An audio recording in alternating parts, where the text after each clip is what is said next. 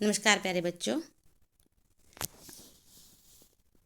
आइए देखते हैं कक्षा 6 का विज्ञान का पेपर 80 अंकों का बेटा 17 तारीख को जो आपका आएगा 17 मार्च को 2025 को 2.5 घंटों का पेपर है। इसमें थोड़ा पैटर्न में चेंज है, वो हम आगे आपको वीडियो में बताएंगे। आप हमारे साथ बने रहिए। और इसमें हम पहले छोटे छोटे क्वेश्चंस करते हैं, एक एक मार्क्स के। पहले हैं बहुविकल्पीय प्रश्न। पहला है कमजोर अस्थियों और दंतक्षय किस खनिज की कमी के कारण होता है? कैल्शियम। दूसरा है निम्नलिखित में से कौन धातुओं का गुण नहीं है? कुचालकता।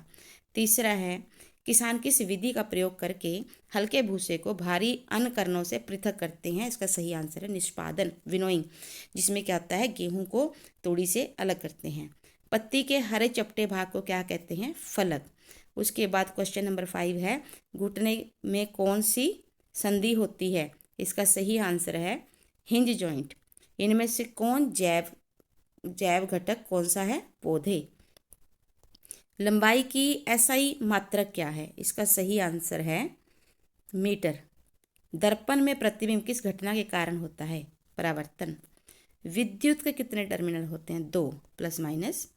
उसके बाद है निम्नलिखित में से कौन सा चुंबकीय पदार्थ है? इसका सही अर्थ है लोहा। संतरा, नींबू, आंवला में कौन सा विटामिन होता है? सी। खट्टे चीजों में विटामिन सी होता है।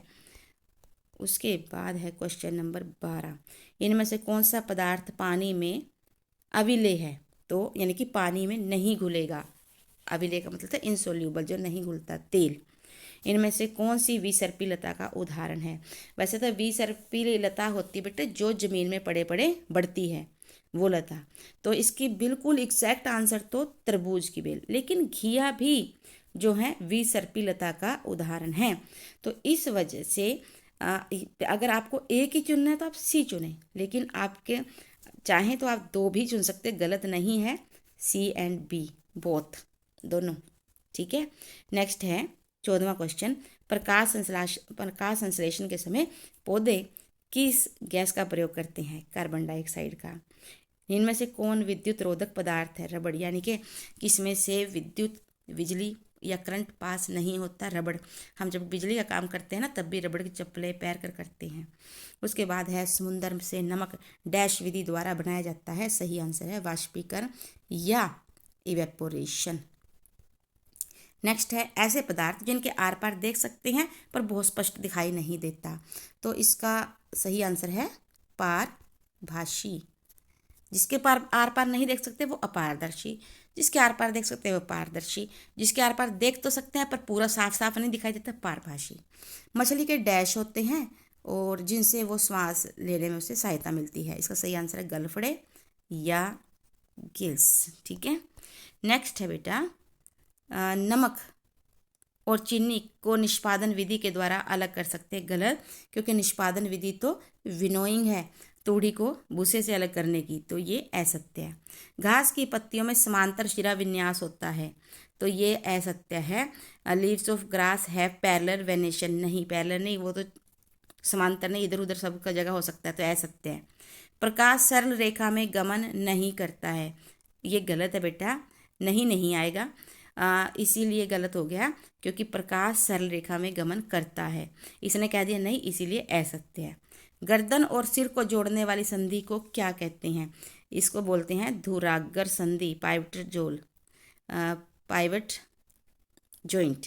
तो इसका आ जाएगा धुराग्र संधि। नेक्स्ट है सजीवों द्वारा अपशिष्ट पदार्थों के निष्पादन प्रक्रम को क्या कहते हैं? इसका आंसर आपको हमें वैसे तो देना चाहिए, फिर भी चलो हम कोशिश करते हैं कि जो पदार्थ है, हमारा क्वेश्चन है सजीवों द्वारा अपशिष्ट पदार्थों के निष्कासन प्रक्रिया को क्या कहते हैं? इसे इंग्लिश में तो कहते हैं एक्सक्रीशन और हिंदी में कहते हैं इसको उत्सर्जन। उसके बाद क्वेश्चन नंबर 24 है विटामिन डी को हमें मैच करना है और विटामिन ए को और लोहे को। यहाँ पर आप लोहे को करोगे अरक्तता, अनीमिया से, ठीक है।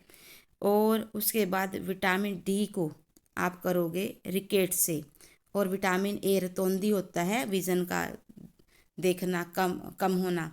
विज़न का कम होना मतलब ये आँखों में रोशनी की कमी से आता है और ये विटामिन ए की कमी से होता है। और रिकेट्स जो है इसमें हड्डियाँ जो है हमारी मुड़ तुड़ जाती हैं विटामिन डी की कमी के कारण। नेक्स्ट है 25वां क्वेश्चन बेटे। कैक्टस, कैक्टस मरुस्थल में होने वाला पौधा है। और चिड़िया वावीय यानी कि एरियल हवा में उड़ती है। शेर जो है स्थलीय जीव यानी कि जमीन पे चलता फिरता है। शार्क जो है वो जल में जो है अपना गमन करती है, वो जलीय जीव है। इसके बाद बेटा आपके 2 मार्क्स के क्वेश्चन शुरू हो गए हैं। चुंबक के कोई 2 गुण लिखें। ये आप अपनी बुक से देखिए, वहाँ से समझिए, और फिर भी अगर कोई समस्या आती है फिर कमेंट कीजिए, फिर हम आपको समझाएंगे। तो क्योंकि वीडियो बहुत लंबी हो जाती है तो इसीलिए हमने आपको छोटे क्वेश्चन समझा दिए हैं, बड़े आप अपनी बुक से कर सकते हैं, अपने टीचर की मदद से कर सकते हैं। चुंबक के कोई 2 गुण लिखें। उसके बाद दूसरा है रुई के ढेर जल में क्यों सिकुड़ जाता है, वो। उसके बाद है वसा के 4 जंतु स्रोतों के नाम, यानी कि हमें चिकनाई जो यानी कि फैट है वो कौन से 4 जंतु स्रोतों से मिलती है। पारदर्शी पदार्थ जिनके आर पार देख सकते हैं तो उसके आपने उदाहरण भी देनी है। पंकित जल के किसी नमूने से आप स्वच्छ जल कैसे प्राप्त करेंगे, यानी कि मडी वाटर है, जो चिकड़ वाला पानी है, उससे आप साफ पानी कैसे प्राप्त करेंगे। हमारी कोहनी पीछे की ओर क्यों मुड़ी होती है, बहुत अच्छा क्वेश्चन है ये। आवर्ती गति की 2 उदाहरण दें। नेक्स्ट है विद्युत चालक पदार्थ क्या होते हैं। अब 3 अंकों वाले प्रश्न है छाया क्या होती है। आप अपनी छाया किस अंधेरे कमरे में या रात में जब कोई प्रकाश नहीं होता, क्या आप उसमें अपनी छाया को देख सकते हैं। यदि देख सकते हैं तो क्यों, अगर नहीं देख सकते तो क्यों नहीं। ठीक है। अनुकूलन किसे कहते हैं। और जैसे अब जो जीव जंतु हैं जिन्होंने अपने आप को, जैसे ऊँट है बेटा, उसने आपको राजस्थान के वातावरण के अनुसार ढाल लिया है, तो वो क्या है, अनुकूलन है। ठीक है। अब ये गिरगिट है, वो भी अपने आप को वातावरण के अनुसार ढाल लेता है, इवन के रंग तक भी चेंज कर लेता है, वो अनुकूलन है। लेकिन जो जीव नहीं कर पाए वो जो है नहीं रहे, उनकी एग्जिस्टेंस भी खत्म हो गई। दिशा निर्धारण में कंपास किस प्रकार प्रयोग होता है, यानी कि हम कहते हैं कंपास की मदद से दिशा पता लगाना, वो कैसे प्रयोग होती है। क्वेश्चन नंबर 37 है वायुमंडल में गैस आदान प्रदान में पौधे और जंतु एक दूसरे की किस प्रकार सहायता करते हैं। नेक्स्ट है निस्तारण और निस्यंदन यानी कि डिकेंटेशन और फिल्ट्रेशन के बीच अंतर स्पष्ट करें। मूसला और झकड़ा जड़ के बीच अंतर लिख के चित्र सहित स्पष्ट करें। किसी चलती हुई साइकिल के पहिए और चलते हुए छत के पंखे की गतियों में समानताएं क्या हैं और असमानताएं क्या हैं वो बताएं। फिर है प्रजनन क्या है। जीवों का अपने जैसे जीवों को पैदा करना प्रजनन कहलाता है। क्या सभी जीव प्रजनन करते हैं, उदाहरण सहित बताएं। फिर आपके पास है 3 बड़े क्वेश्चन 5-5 अंकों के।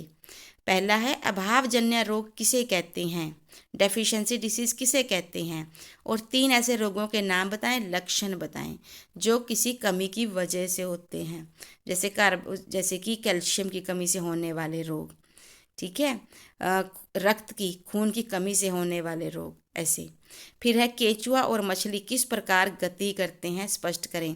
यहाँ पर आपको पूरा एक्सप्लेन करना है। क्वेश्चन नंबर 44 है शाख और झाड़ी के 2 उदाहरण दें। और उसी का पार्ट बी है किन्हीं 3 स्थलीय आवासों की उदाहरण सहित वर्णन करें। जो स्थलीय आवास हैं उनके उदाहरण भी देनी है और उनका वर्णन भी करना है। अब आपको थोड़ा पैटर्न बताते हैं बेटे जो चेंज हुआ है। तो उसमें आपके पास क्या है, क्वेश्चन 10 से लेकर 1-1 मार्क्स वाले 10 क्वेश्चन आएंगे। ठीक है, 10।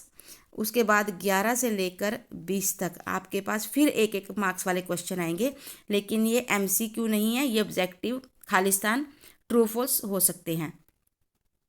उसके बाद आपके पास 21 से लेकर 28 तक आपके पास 2-2 अंकों वाले 8 प्रश्न आएंगे।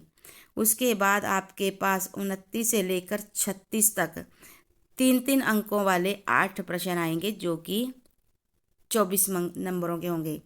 और 37 से लेकर 40 तक 4 प्रश्न आपके पास जो हैं वो आएंगे 5-5 अंकों के, 20 अंकों के, हो गए पूरे 80।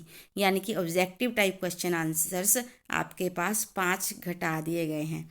लेकिन फिर भी आपके पास अब 2 अंकों वाले, 3 अंकों वाले, इवन के बड़ा क्वेश्चन भी आसान मिलेगा। आप बहुत जमकर तैयारी करें और बहुत अच्छे से आंसर्स को अटेम्प्ट करें। ठीक है, इसी आशा के साथ कि आप अच्छे अंकों के साथ अगली क्लास में जाएंगे, बहुत अच्छे अंकों के साथ, क्योंकि यही हमारे जीवन का उद्देश्य भी है। बेस्ट ऑफ लक आपको इस पेपर के लिए, और बहुत सारी शुभ इच्छाएं अगली क्लासेस के लिए, आपके भविष्य के लिए, उज्जवल भविष्य के लिए। Thank you so much. Have a nice day. God bless you बेटा। जय हिंद, जय भारत।